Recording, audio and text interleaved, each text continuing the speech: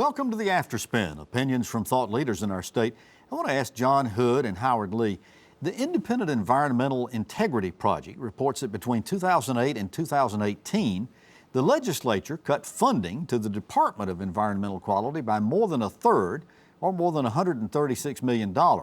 Almost 430 positions were eliminated, and our budget was growing during that period. Only Wisconsin, Texas, and Louisiana have made larger cuts. Are these cuts justified? Why is DEQ being targeted? And how is the state being impacted? John? I can't believe Texas outpaced us in this category. We've got to work harder at this. No, I'm just kidding. I do think some reduction in the size of the DEQ staff was appropriate. I don't know if this was specifically was the right number, but I do think that a number of departments had gotten to a point where they were not, when we got to the Great Recession and revenue crashed, I think some of them simply were not sustainable in their current form. There were some changes. I was a governor at the time, I think, that recommended some changes in the way agencies were organized, and I think that was a good idea. But I think in this particular case, the debate is not so much about the size of the department, but whether the department was aggressively pursuing environmental pollution as much as before. That's the debate. The charge has been that they were overly aggressively.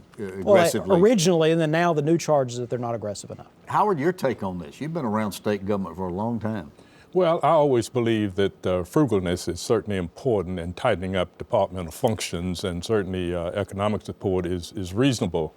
However, I do think that a lot of this is driven by anti-regulatory attitudes, and people would love to see a reduction in the ability of departments to enforce certain regulations.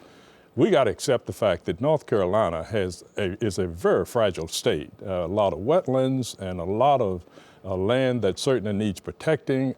Our waterways are absolutely polluted. I spent a good portion of my time in 1977 trying to clean up the Chowan River, and we got other rivers today who are polluted. And I think the news. Remember all the problems we had with algae in the news. Absolutely, and I got caught in that.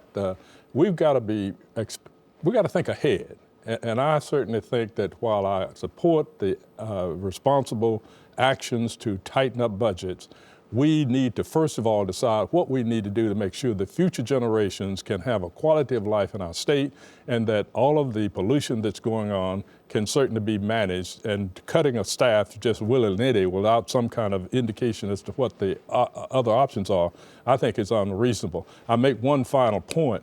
You all might know that at one point, North Carolina was one of the top producing states for oysters.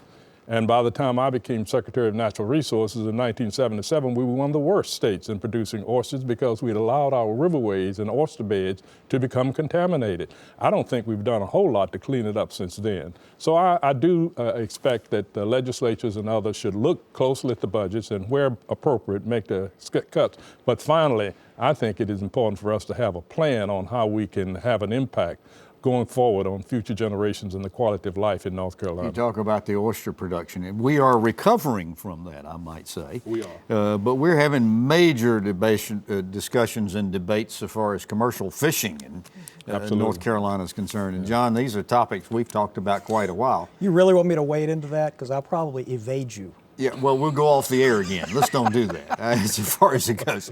But, I mean, this thing with DEQ, does it turn into sort of a Republican-Democrat political thing, with Democrats being, very, very pro-environment and regulation, and Republicans being more or less anti-regulation? I don't find that to necessarily be the case. We may hear a lot of loud voices from different sides about where they stand, but I think the vast majority of people, regardless of party affiliation, are much balanced. I have a lot of Republican friends who are not in the legislature and who don't have access to making big pronouncements, who very much are balanced. I think we have to have a balanced approach to managing our environment and being able to handle regulations in a way that are productive and positive and not necessarily negative. Well, I don't disagree with that. I think there is a balance that can be struck. Arguably, we've got it, or maybe we don't. I think we do. But I would just challenge, I understand what Howard's saying, and I think a lot of the problems you're describing in the 70s were acute.